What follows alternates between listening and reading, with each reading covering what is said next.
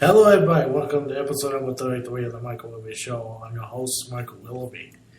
Today, you're going to discuss the Hamilton Bulldogs news and notes. A first-round draft pick has been signed, as well as the big news coming out of the Canada Under-18 Junior training camp, as the World Junior tryouts getting underway this week to be exact. So let's talk about the Hamilton Ticats as I am reviewing now the first 5 weeks of the regular season. The Hamilton Ticats are 3-2, miraculously after what happened in the miracle in Commonwealth. The historic comeback, the longest comeback in the history of the Ticats, largest comeback, I should say, in the history of the Ticats. Jeremiah Masoli played very well, as you recall from the previous game. In the second half, 23 straight completions in the second half, and he played like a god. And last week, the Ticats had a bye, so they had a legitimate time off to recuperate. And what's really good about this bye week is that we get to see more of Zach Caloros towards the end of the bye week. The practice over the weekend, I attended 2 of 3 Ticat training, 2 of the 4, I should say. They started on Friday and they ended on Monday. They're doing a walkabout right now at Winnipeg, if I'm not mistaken. They will be playing Winnipeg tomorrow night at 8:30 p.m. our time, 8:30 p.m. Eastern time, 7:30 Central, Winnipeg time, I should say. I will have my review of that game on the very next episode, which will be later this week. But for Hamilton Ticats, after 5 games, I am incredibly impressed with the team overall. They rallied together. They stayed humble.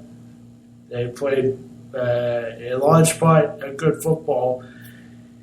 But the big problem was, obviously, the big problem is, I should say, it's not to say the defense, but the penalties has been a bit of an issue. It has calmed down a little bit, but it hasn't been as prolonged as it was early in the season.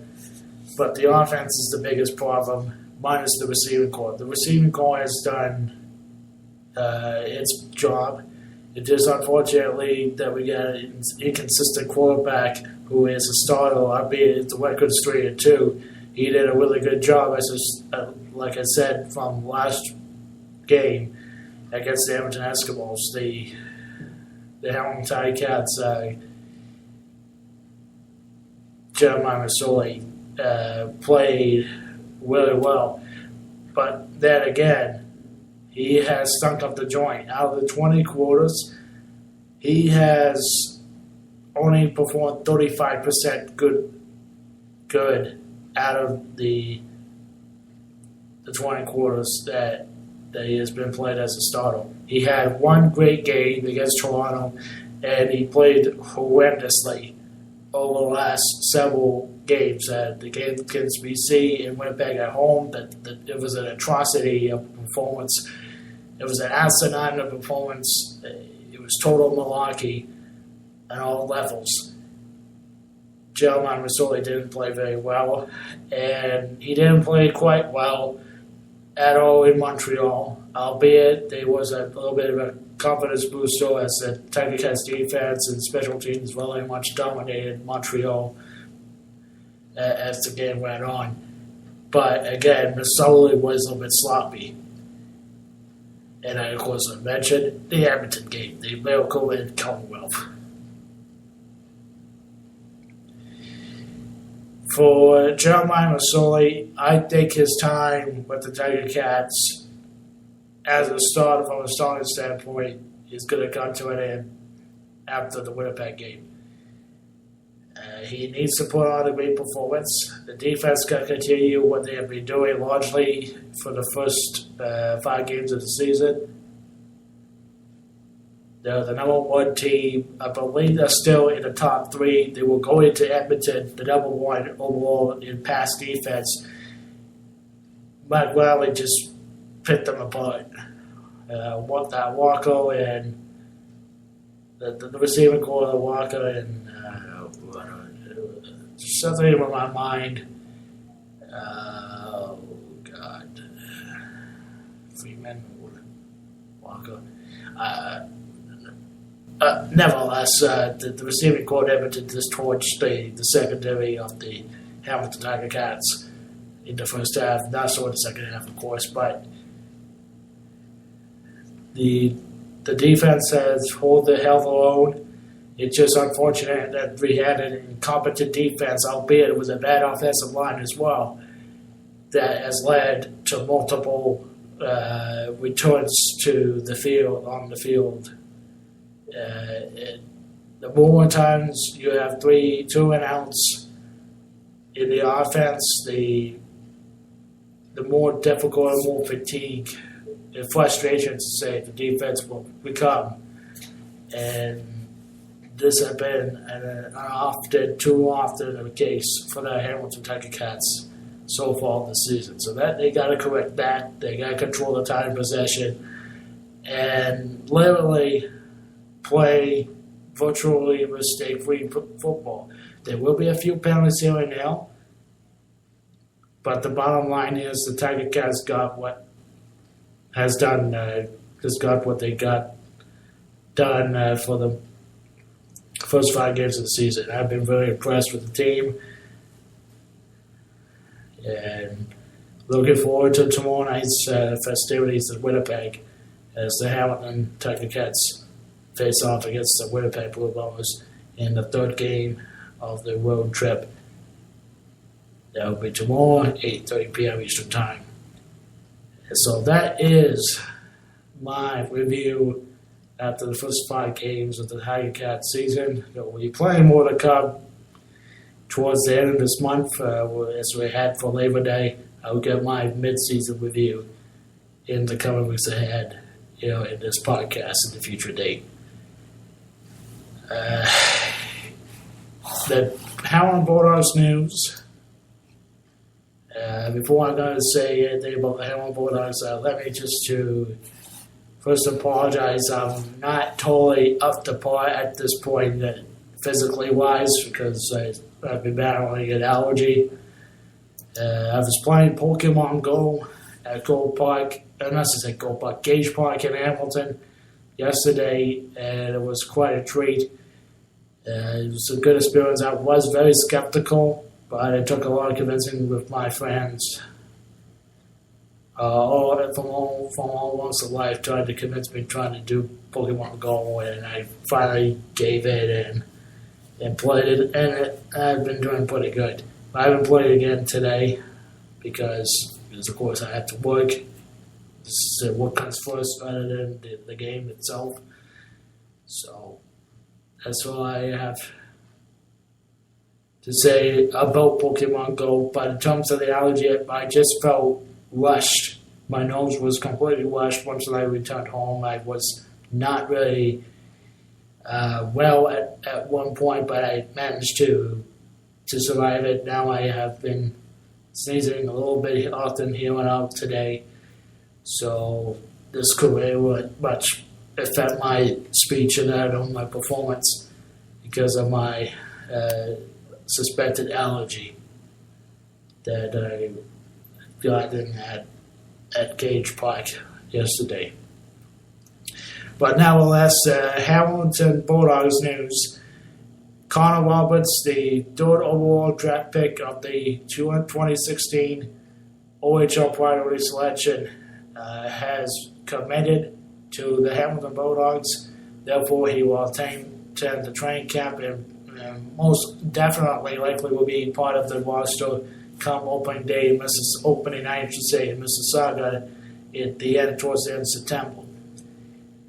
Connor Edwards, like I said, third overall draft pick out of the great Bruce Highlanders. He is a very prolific scorer. He can ultimately do some checking. He's a big man in a little guy's body. He is a pro ready shot. I've been very impressed with him when he was doing orientation camp at Chinook Trent Arena. I was there a couple months back. I just really think that Connor Edwards is going to be the guy that will carry this team to the promised land within 18 months from now. Obviously, like I said, the Hamilton Bulldogs is keen to get into the playoffs and test the playoff waters this year. Much of the core is back. I will talk more about the Hamilton Bulldogs as a team going to training camp and in a few weeks' time, less than a month from now to be exact. I am making my plans to attend training camp very, very soon. The training camp will be coming up very, very soon at First Ontario Center. I presumably that's going to be the destination. Otherwise, it could be Chinook Trent Hospital or even Mohawk Sports Bar. Either way, we'll put forth the commitment and that on the effort. Follow any work schedule to attend the training camps. Speaking of training camps, the World Juniors for Team Canada tryouts are underway. Mackenzie Edwardsell and Matthew Strom has received a tryout for the Team Canada World Junior team. It's under 18, not, I was to say under 18 or under 20. I think it's under 20, so I may have mistaken the different level of competition. But nevertheless, good luck to Matthew Strom and Mackenzie Edwardsell on the forthcoming tryouts. I think Dylan Strom and Mitch Mono are trying out for the under 20 team, which is basically the World Junior team. So my apologies when I said at the beginning it was World Juniors, but no matter what, it's international experience, and I believe Strom gain that experience back in October last year. Mackenzie was going to be in that team as well, but he got injured. I do remember that very fondly because they announced it at First Ontario Center during the game, one of the home games last season. So I do expect Strom this season to be really, really good. I think he showed a lot of great promise. He gained and earned, most importantly, playing a lot of significant playing time after Stephen Harper left to Niagara during the midseason, early January.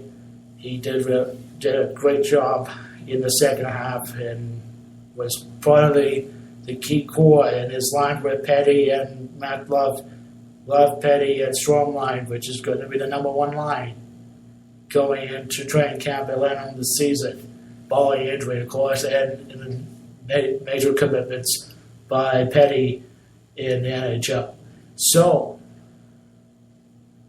that is your Bulldogs news for the time being.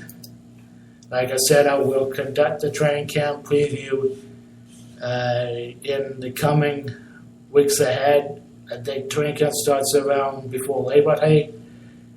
So please make sure you tune in to the Michael Wilby Show live, as I will do a training camp preview, and then towards the season opener in Mississauga, I will be talking about the season coming up there. So tune in this podcast in the future date. That's all the time for the Michael Wilby Show. I will be back in the next episode talking about the Hamilton Ticats and all the other news around the Hamilton area of the Hamilton Bulldogs or even the Ticats going forward. So that is the Michael Wilby Show, episode number 33. I'm your host, Michael Wilby. Have a good day.